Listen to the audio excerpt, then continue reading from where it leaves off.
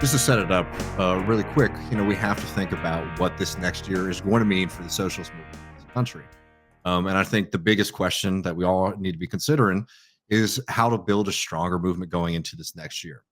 And what's in front of us, it's going to be a fight, as always, for labor and for democracy and against empire. How can we embolden that fight is the big question, right? And everyone says, oh, we got to return to labor. Oh, we got to return to doing mass politics. Oh, we got to grow, all this kind of stuff. Like really thinking about what that means, I think is important. And you can do that by looking a little bit backwards at what the Biden administration has meant for the socialist movement, right? There have been significant victories, particularly on the local and state level, as more members of the DSA have been elected on city and state level offices. That has massive promise for the future of this movement. The embeddedness in the labor movement too, I think, has been one of the most exciting and important things. Remember, like not only these big wins for the UAW, these big wins for the Teamsters, but I think a narrative that has been missed is how much of a role DSA members have played within that. I'm not trying to say to take credit or anything like that, but there are people who are in positions of influence, power, volunteer positions who have been out there showing up, participating in these movements. That's real. That's the kind of rootedness in the class struggle that we need. And of course, you couldn't ignore the movements against the slaughter in Gaza, right? These massive street movements and the public education that we've seen, right? So we've seen a lot of successes, right? But this has also been a period of fragmentation and disappointment. The Bernie movement is over in the sense of being able to coalesce around a grand presidential campaign at that scale and promise. Add in the frustration with many of the symbolic leaders of this movement. We're talking about the squad. We're talking about influential media figures. The space between supporters of these movements and the leaders itself has been shown. And I think that has created a lot of frustration. And that has led us into a strategic and I think theoretical crisis in our movement. And the question is, what lessons should we learn from this period and how to reorient? And there's been this fragmentation, particularly around this question, right? That has a full spectrum all the way from everything that has happened since 2015 has been a big scam and people were trying to bamboozle and derail and destroy the movement. That's one camp. To another camp that sort of says, hey, this is the slow march of progress. We should continue doing what we were doing without, I think the truth of that sort of lands somewhere more in the middle. But we're seeing this fragmentation, I think, really expand. And I think going into 2024, the task ahead of us has to be finding a way to revive that spirit of mass politics, doing politics at the national scale, building and growing and articulating for a better future. But also, while we're doing that, not let the immediate goals of our movement allow us to get sloppy about articulating the heart of our critique. That all these fights that we are engaged in will ultimately be unsuccessful until we can weaken the power of the capitalist class and the power of the working class. This brought me to a piece that we'll read a little bit from Eugene Debs, the leader of the Socialist Party, who is the most successful socialist on a general presidential ballot ever. And he wrote this piece around the time when he was running for president, from prison. I'm going to make this a little bit bigger, but also just important to note that this was written when Eugene Debs was imprisoned and running for the president of the United States. So the piece is called "Why Are We Not Stronger?" And he says, one reason, and in my opinion, a very real one, why we have not better succeeded in organizing the workers is to be found in our intolerant attitude and ill-tempered spirit towards those of our own class and our own ultimate aim who differ from us. Socialists, communists, anarchists, syndicalists, and wobblies spend more time and energy fighting each other than they do fighting capitalism. Each faction assumes that it is entirely right and that all others are entirely wrong, a very human way of seeing things, but far better calculated to prevent than to promote the effectiveness of organization of the workers. This next one here, there are, of course, and of necessary differences, a necessity of differences between these various groups of organized workers, and these differences are wholesome, result in clear understanding, corresponding unity and solidarity, provided they are met in the right spirit and are made the means of promoting intelligent discussion and acquiring more truth and greater knowledge, thereby building and adding up new strength to the organization. And he goes on to sort of articulate why is it that we can't have debates and conversations and political differences within our own movement without it falling in to bitter infighting. And he says up next, personally, I have equal respect for all who stand foursquare for the working class and for the overthrow of the capitalist system, whether they be socialists, communists, anarchists, or the Wobblies. I don't find it necessary to hate and denounce them because their method differs from mine. They may be right. I don't think they are, but I have been mistaken a good many times in the past, and I'm just as apt to be so now as anyone else.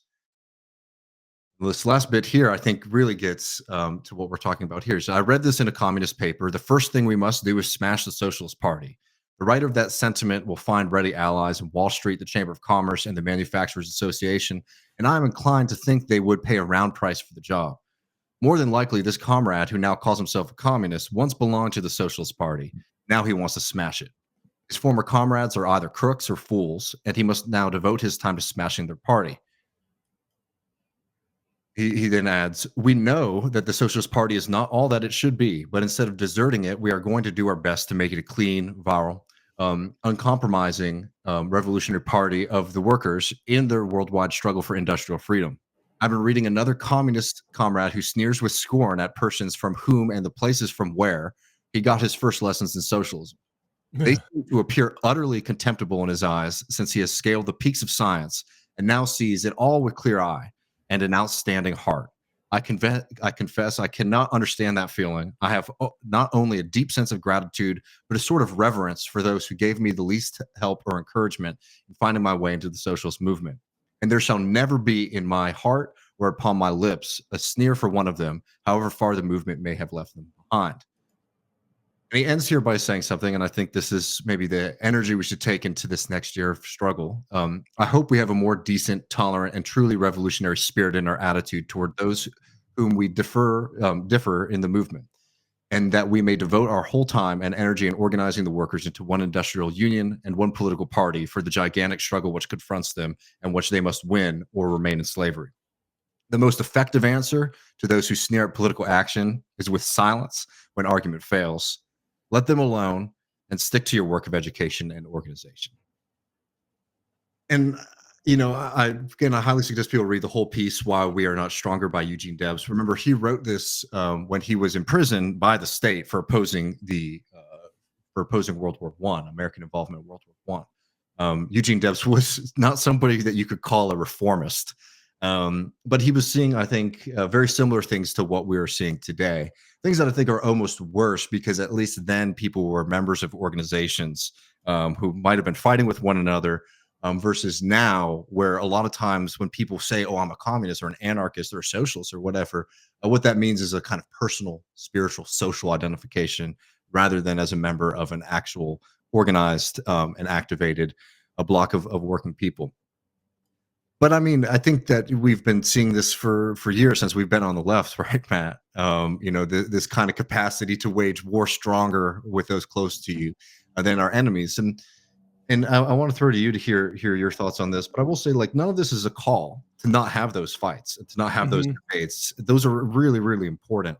But it's actually having a capacity and ability to work in a comradely way with one another, so that we can build a strong working class movement and learn from one another when, yeah, maybe a certain perspective or tendencies, strategy is wrong in a moment, or at least you can articulate yours better with engaging in that. And I think that that's something that's really fallen to the wayside, especially as I think, as Eugene Debs puts really well there, all those people in his time who were members of the Socialist Party, who left the Socialist Party and joined other ones, deciding that, oh, all these things that sort of cultivated me and, I grew with, are now my number one enemies. I think you could see that a lot with people who are very gung ho for Bernie Sanders 2016, 2020, who are now super based online communists who have no place for anyone else. Yeah.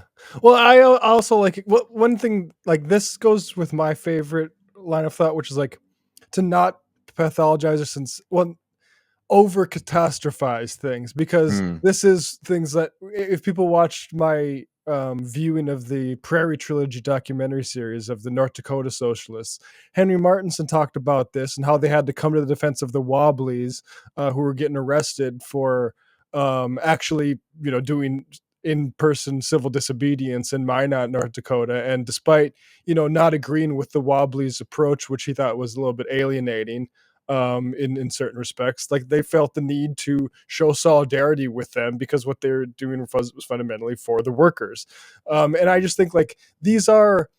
I don't think people should get into the line of like, oh, the left sucks and look at the left doing this wrong. These are things, these are Hmm. waters that we have to navigate and have always had to be navigated. It's the difficulty of dealing with, different people in like a large scale.